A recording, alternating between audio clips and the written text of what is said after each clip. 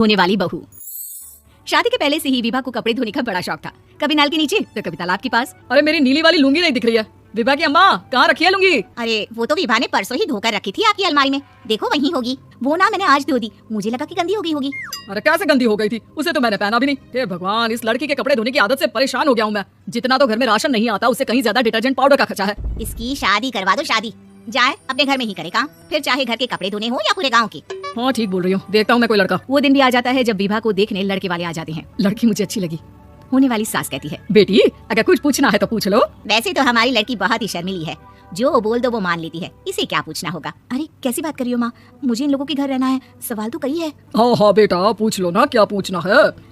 आप लोगों के घर कपड़े कौन धोता है? सास का मुंह बन जाता है। देखो अगर तुम ये कहना चाहती हो कि तुम्हें कपड़े धोने नहीं आते तो सुन लो, कपड़े मैं ही धोती हूँ, लेकिन तुम्हारे आ जाने के बाद मैं रुमाल तक नहीं धोऊंगी। अरे चुप रहना भगवान, बहू बेचारी घर आई नहीं, उसे डराना शुरू कर दिया। वो क्या है ना बेटा, अभी तक तो ये कल्लू की माँ ही धोती थी, लेकिन अब तुम्हारे पापा तो दहेज में वॉशिंग मशीन देंगे ही। तभी विभा की माँ बोल पड़ती है, सवाल भी पूछा तो क्या। वैसे भाई साहब, मशीन की तो फिर भी कपड़े धोने की कैपेसिटी होती है, मतलब जो बिटिया दे रहे हैं ना विभा, इसे कपड़े धोने का बहुत शौक है। ये आप लोगों के क्या आस पड़ोस गाँव मोहल्ले सबके कपड़े धो दे और उफ तक ना करे। बाहर देखा नहीं आपने कितने कपड़े सूख रहे हैं? सब हमारी बिटिया ने ही तो धोए हैं। बस भी करो ना माँ, शर्म आ रही है इतनी तारीफ सुनकर। और तो और एक दाग निकाल कर दिखाओ तो मान जाओ। हाँ अच्छा माफ करना बेटा, मैंने गलत समझा, हमें तो रिश्ता बहुत पसंद है। और ऐसे जुड़ जाता है रिश्ता कपड़े धोने का शौक रखने वाली विभा का। उसकी शादी हो जाती है कोयला फैक्ट्री में काम करने वाले कल्लू के साथ। शादी के बाद अचानक विभा चिल्लाती हुई सास के पास आती है, सासू माँ, अरे सासू माँ कहाँ है आप? ये तो धोखा है, धोखा दिया आप लोगों ने मुझे। इस ससुर के चक्कर के बारे में पता चल गया। अरे तो उसमें तुझे क्यों धोखा मिला है? अरे नल में पानी नहीं आता, कपड़े कैसे कब धुलेंगे? अच्छा तू पानी नहीं आ रहा उसकी बात कर रही है? तो आपने क्या सोचा?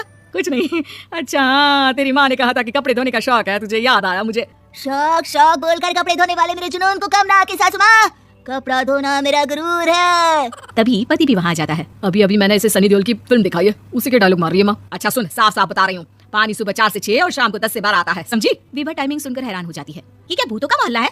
सुबह 4 बजे उठकर कौन कपड़े धोता है? 4 बजे टंकी में पानी जाता है, फिर सारा दिन धोना ना, किसने मना किया? अरे कैसी बात कर रही है? 200 लीटर की टंकी में कितने कपड़े धो लूंगी मैं? सुबह ही उठ जाऊंगी मैं। अब क्या था, विभा सुबह 4 से लेकर रात के 12 बजे तक कपड़े ही धोती रहती। एक रोज सास पड़ोस से निकलकर कहीं जा रही होती है कि साथ वाली कहती है, हाँ कल्लू की माँ, जरा ये बताओ कि 2 साड़ी है, 2 ब्लाउज और एक पेटीकोट और एक नाड़ी वाला लंबा कच्छा। हाँ तो अरे तो क्या कितना लोगी धुलाई, ये बताओ। धोबन दिख रहे हैं हम क्या?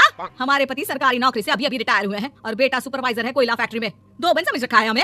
हाय रे कल्लू की अम्मा, माफ कर दो, वो तो मोहल्ले में यही सब बता रहे थे कि तुमने बहू को कपड़ा धुलवाने के काम में लगा दिया है। सास को पड़ोसन की बात सुनकर गुस्सा आ जाता है। वो घर पहुंचती है जहाँ घर के बाहर ही इतने सारे कपड़े सूख रहे होते हैं जितने की किसी धोबन के घर पर। अरे ओ कल्लू की दुल्हन, बाहर निकल। माँ जी यहीं आ जाओ, बाथरूम में चादर धो रहे हैं हम। अरे अभी हम धोते हैं, तुमको बाहर निकलो। ये आस पड़ोस वाले बोल रहे हैं कि हम बहू से कपड़े धुलवा कर उसे कपड़ा धोने वाली बना दिए हैं। अरे छोड़ो ना माँ जी, किन लोगों की बातों में आती हो? आस पास के लोगों का तो काम ही होता है कि वो किसी तरह सास बहू को लड़ा दे। बहू सारे घर के कपड़े धोती है, ये क्या कम है? बोलिए। सास को भी लग जाता है कि वो बहू का ये संकीपन नहीं छुड़वा सकती, इससे अच्छा है कि खुद ही चुप हो जाए। एक रोज सास और बहू मंदिर जाते हैं, जहाँ सास की साड़ी वहाँ खड़ी भीख मांगने वाली से मिलती है। माँ जी क्या बात है, आपकी साड़ी उस भिखारन से कितनी मिल रही है ना?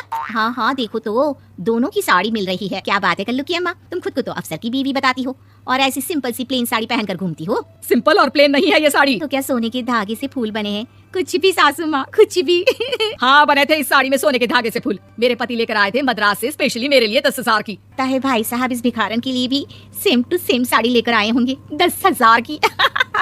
सास उस वक्त कुछ नहीं कहती, लेकिन बहू के साथ घर आती है और अलमारी से एल्बम निकाल कर लाती है। ये साड़ी देख रही है, ये वही साड़ी है जिसे मैंने अभी पहना था। इस साड़ी में ये जो चमकदार फूल दिख रहे हैं ना, ये सोने के धागों से काटे गए हैं, लेकिन तू लोकल वॉशिंग मशीन ब्रश से घिस कर सारे फूलों को निकाल कर साड़ी प्लेन कर दी। मुझे माफ कर दीजिए सासू माँ। और तो और जब मैंने तुझे तेरी गलती के लिए कुछ नहीं कहा, लेकिन तूने तो सबके सामने मेरा मजाक ही बना दिया। क्यों? बहू को समझ में आ जाता है कि अब से उसका कपड़े धोना बंद।